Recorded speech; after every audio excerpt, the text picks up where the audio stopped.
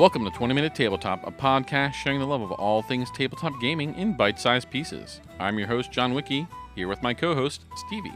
It's time to go to space. But this is no vacation. Navigational errors, we won't say whose fault that is, leave your ship drifting in space. It's time to enact emergency repairs before it's too late with the help of colored cubes.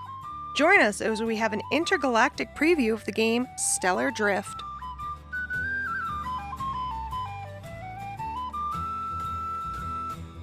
So, let's look at the back of the preview box. Repair your ship before it's too late. Stellar Drift is a pull and write game for 1 to 5 players. Each player is a spaceship captain trying to perform emergency repairs on their ship and escape certain doom. Players gain resource cubes by pulling them out of a central bag, then spend those cubes to move around their ship, repairing it as they go. Play is simultaneous, all players are repairing their ship at the same time. When a ship's base is repaired, the symbols contained are tallied up on various tracks, with each step on a track unlocking various bonuses and victory points. After 7 rounds, all players total up the victory points earned by repairing their ship. Most points win. So, we received a preview copy of Stellar Drift from Mystic Tiger Games to test out after meeting Brian Klein at QuestCon. And we are super excited to share our thoughts with you on this pull and write game to help you know if this is a game for you. We enjoyed it so much, we needed to give it its own episode. So, first impressions. I think this is a great twist on roll and write with fun strategies to be had. Yeah, I thought it was a cool puzzle game with endless possibilities in your solution. So the setup of the game is actually quite easy. It looks a little intimidating, but everyone needs a ship sheet, tracker sheet, and a tech sheet. This is where you'll track all the game as you play. Everyone also gets an energy sideboard with a white disc. This makes tracking your energy that you use in game really easy. The last thing everyone needs is a ready token. Since you play simultaneously, this allows you to show when you're finished with your round of play. As we mentioned, this is a twist on the roll and write genre, and is instead a pull and write. Instead of rolling dice and using them to fill your sheet in, you pull cubes from a bag to utilize as your resources. You pull a certain number of cubes from the bag based on how many people are playing. The colored cubes are shared in the bag, but once you pull, they're yours for the round. Once you have your sheets, the last step is setting up your captain skill and tech track. You pull 2 cubes and allocate them to your boards. Each captain has a special ability you can use each round. You choose one of the 2 cubes to choose one of the 4 abilities based on the color and symbol. For example, the blue ability allows you to use 1 cube to gain a tech point, which we will talk about more in the mechanics. Second, you take the other cube and apply it to the tech upgrade tracker. There are only 3 track heres. If you use yellow, green, or red, you get to mark 2 boxes in that track, which unlocks an ability to use. For example, the yellow allows you to gain an extra 2 energy. If you choose to use the blue cube here, you mark 1 box in each track. While this won't unlock an ability immediately, it does tick up each and give you a head start in multiple trackers. So there's a little bit of strategy here of picking, have 2 cubes to allocate, so sometimes you need to look between the 2 of which color you want more and where you want to apply them. But then it is ready to begin. So, how do you play Stellar Drift? Well, the game is played over 7 rounds, with each round with 3 phases. An income phase, a repair phase, and a cleanup phase. All players perform their actions simultaneously in the round. The tech sheet has a round tracker for you to mark off, helping you to remember each step to check.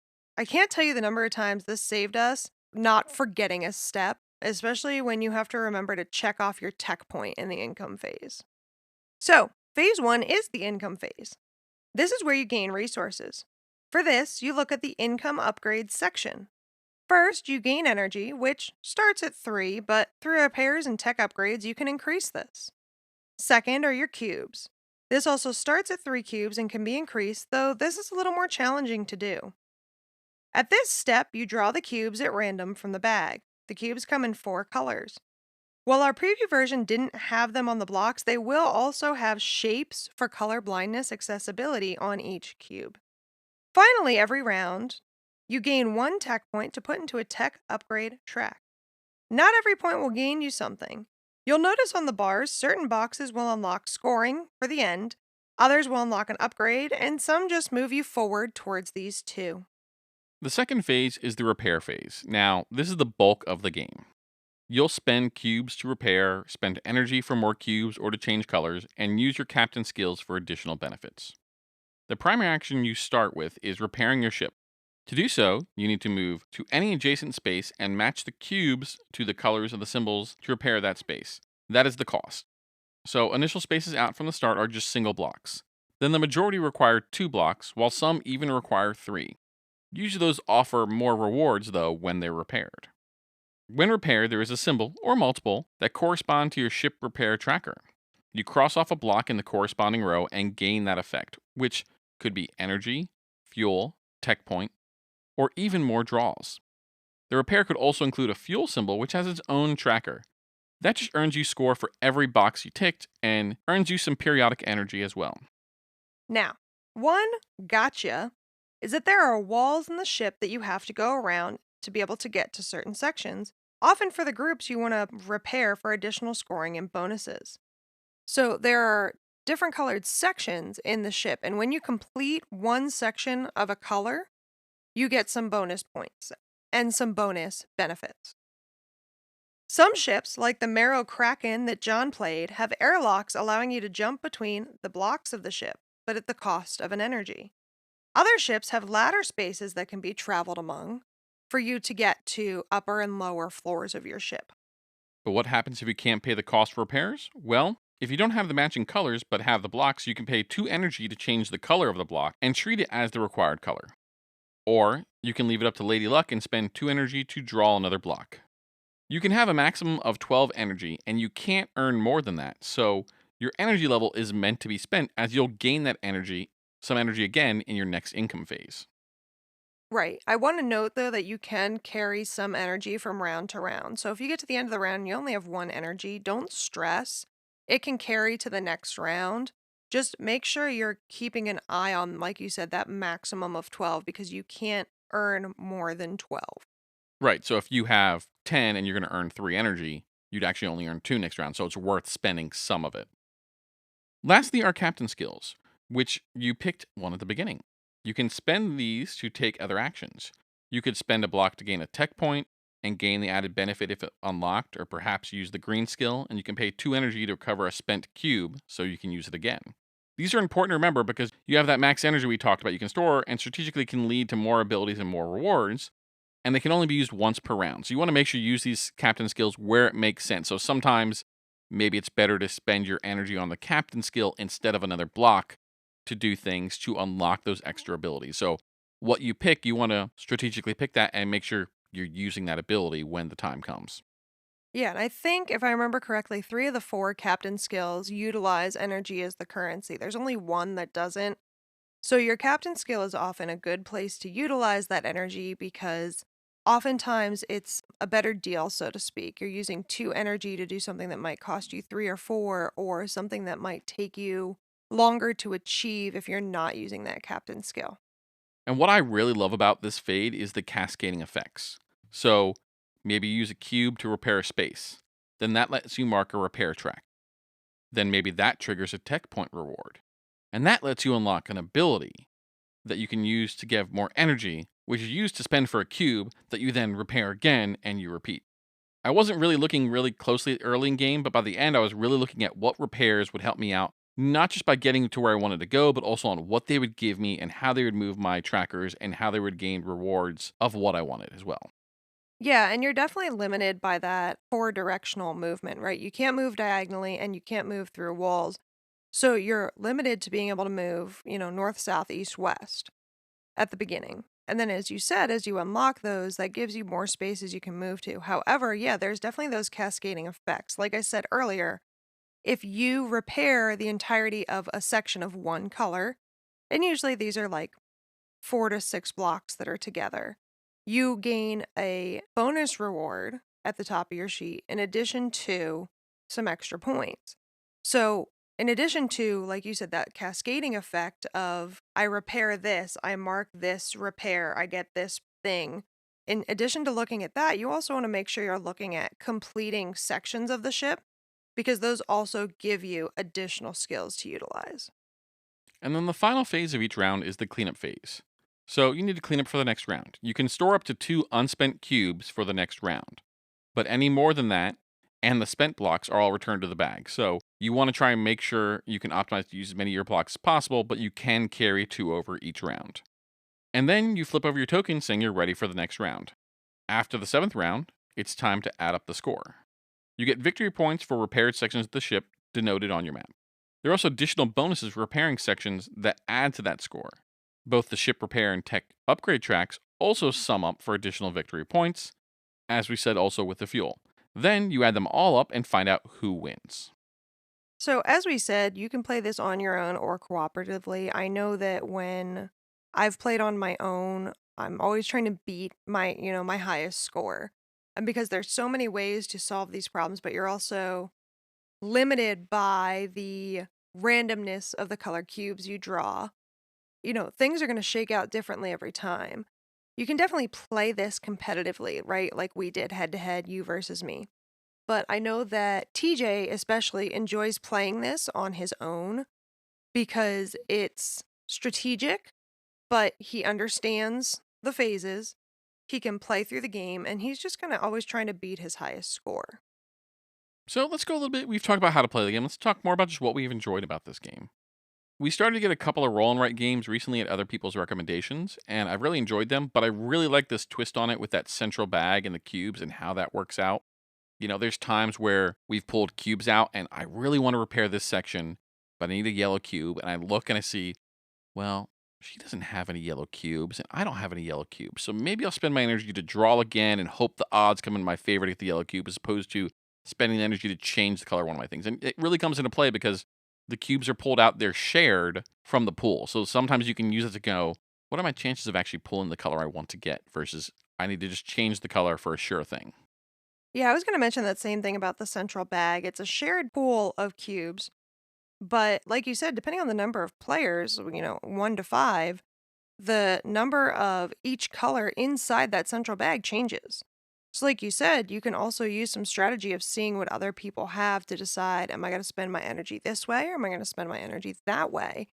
And some of it's a bit of a gamble because, again, it's a blind pull. It's a plain black bag. You can't see through it. You can't see in it. You just stick your hand in and grab a cube. But that central pooling of resources, I think, definitely gives it a different twist versus when you're playing a roll and write and you roll the dice are the same for every player, right? So everybody's dealing with the same situation. This gives it a little more variety, I feel. So, one thing I want to call it is at first glance, this looks really overwhelming. You have 3 sheets just full of boxes with all these symbols on. And I first thought of it and I looked at it, I'm like, man, this is going to be one of those really super complex games, isn't it? And then I thought to myself, well, TJ learned it immediately at QuestCon. There's got to be something to this. And so while they look overwhelming when you're looking at it, it's actually really simple mechanics. It's done in a way that it's very easy to know what you can do and how to do it. Now, there can be some really deep strategy in with the different trackers and how you level them up and how they relate, but it's not complex. It's very straightforward how it works, what you do each turn. It's laid out and it's complex in your strategy you might want to take, but the actual game is actually really simple despite how intimidating those boards might look when you look at it at first. You see all these boxes and all these tracks and you go, oh my God, what am I going to do? But it actually is really, really easy to pick up because I did not play it at the con. I did not have the creator teaching me to play it. I learned it with the two of you and it was actually really still very easy to pick up. Yeah. One of the things I enjoy about Stellar Drift is it's a puzzle, right? Like other roll and write games, you're trying to maximize that score, like we mentioned, but most roll and write games depend on the luck of what gets rolled. Whereas in this, yeah, you have luck of the draw with what color cubes you're pulling, but you can control, am I going to use these 2 cubes to repair this square or this square because this one might upgrade this tracker, but this upgrades this tracker. And like I said, some of that strategy, as you mentioned, of cascading effects comes into play. And I think that makes this a rich gameplay experience that some other roll and writes are missing. Yeah, I love that. And that's something that I didn't necessarily focus on the beginning, but like that strategy for scoring and for repairing is just, it's really cool. And there's a lot to there. And you can definitely take different angles at how you're going to approach it. But reaching those milestones to get the extra victory points at the end or reaching the milestones to get an ability to help you to do what you want to do is really, really cool. And, it's something I really, want to focus on in future plays of how do I, optimize what's my strategy I want to take at this. And with different ships, they all have different layouts. So there's also different strategies there. And I love that kind of element to it. So let's talk length of play. Stellar Drift is made for 1 to 5 players with an estimated 30 to 45 minutes. Because the rounds are simultaneous, adding players doesn't necessarily make it take much longer than a slight variability of person to person, or as you get more cubes and energy to spend per round. So, playing it by myself obviously goes a lot faster than the two of us playing it together because sometimes you're waiting for me, I'm waiting for you. But adding a third or a fourth person didn't really change that pace because everyone's doing the phases at the same time because, like I said, you're pulling from that shared bag. So your income phases always have to happen at the same time each round. And it's also recommended for 14 plus, but TJ picked this up, no problem at QuestCon, has no problem playing it 4 with our preview copy here, and he's age 9. So, as always, it will vary person to person, but it is one of those if someone likes these kind of strategy games, like the basics is pretty easy to understand. I can understand a higher age for the strategy that will come in that's deep, but overall, he was able to pick it up. So, your mileage may vary, but it was one that he had no problem and absolutely loves playing it. Right. I think for those strategy game lovers, this is a great option. And as we mentioned, this is a preview copy. So, when's the game going on sale? Well, actually, Mystic Tiger Games is actually launching a Kickstarter on January 23rd to fund the game. So you can search Kickstarter for Stellar Drift, or we'll also put in the show notes a direct link to the Kickstarter so you can support and get the game for yourself. Yeah, and if you check out our 20-minute tabletop social media, we're going to be posting some how to play videos as well to give you an idea of what this looks like in person.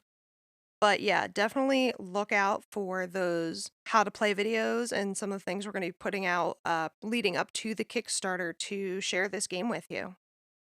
Okay, I think it's time for those final thoughts. Stevie? I am really excited to play this again. We played it a lot during our winter break here. And each time TJ's like, hey, do you want to play Stellar Drift? I'm like, yeah, like, let's play. Because it's got a huge replayability because there's that ability to approach it differently each time. Even within the same shipboard, if you utilize the same ship, you're going to approach that differently each time trying to maximize that score. Like I said, in addition, there's 5 different ships to choose from. So you have lots of options. Honestly, this is my favorite kind of strategy game. Simple to understand, but deep in how you tackle them. I'm your host, John Wiki, and you can find me on Threads and Instagram as John_Wiki_Games. That's WICKEE. And I'm Stevie, and you can find me on social media at Stevies_Games.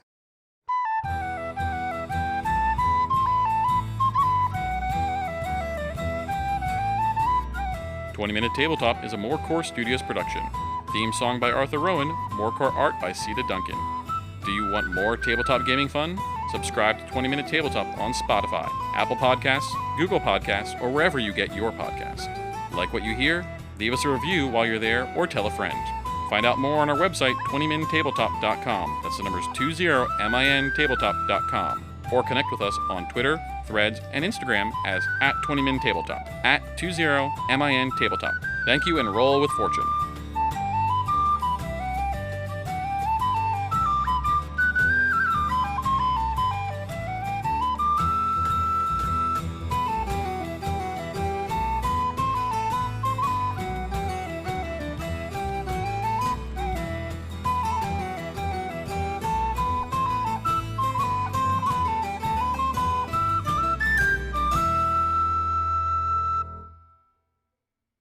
Everyone needs a ship sheet. Wow, ship sheet. Do you need me to do this part? Are you mature enough for this part? Just the Fart joke, ship fart sheet. joke. No, it's no fart joke. It's just ship sheet. Ship sheep, ship sheep, ship sheep, ship sheep. Can you keep your ship? Sheep, sheep, sheep, sheep, sheep. Can you keep your ship sheep ship shape? Oh goodness.